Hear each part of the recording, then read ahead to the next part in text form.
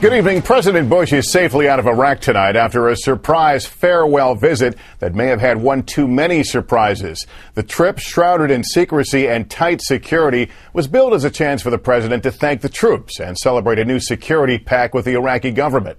But instead, what everyone seems to be talking about tonight is a bizarre and potentially dangerous incident that happened as the president spoke at a Baghdad news conference.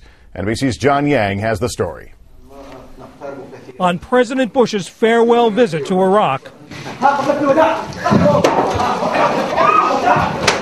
a grave insult in Arab culture, a sign of deep contempt. Mr. Bush and Iraqi Prime Minister Nouri al-Maliki were about to take questions when an Iraqi television reporter hurled a shoe, shouting in Arabic, "This is a gift from the Iraqis. This is a farewell kiss, you dog." Then as he threw the other shoe, "This is from the widows, the orphans, and those who were killed in Iraq." He was dragged from the room. NBC News producer Khazi Balkis was sitting near the reporter. Everybody was so shocked. I believe even the Secret Service was a bit slower to react than you'd expect because it was so shocking. He had time to pick up his second shoe and throw it. Mr. Bush was never taken from the room. The White House press secretary Dana Perino was hit in the face with a microphone as security wrestled with the reporter. The president wasn't hurt and kept his cool. It doesn't bother me. It may have been a shoe, yeah. If you want the facts, it's a size 10 shoe that he threw. Iraqi reporters quickly apologized to Mr. Bush, who called it a sign of Iraq's growing freedom. It is one way to gain attention. It's like going to a political rally and having people yell at you. It's like driving down the street and have people not gesturing with all five fingers. Later, he reflected on the moment. It was amusing.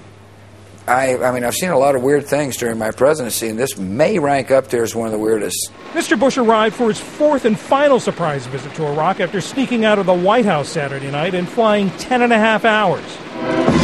In a sign of improved security, there was an outdoor welcoming ceremony beyond the secure green zone in broad daylight. And the work hasn't been easy, but it has been necessary for American security, Iraqi hope, and world peace.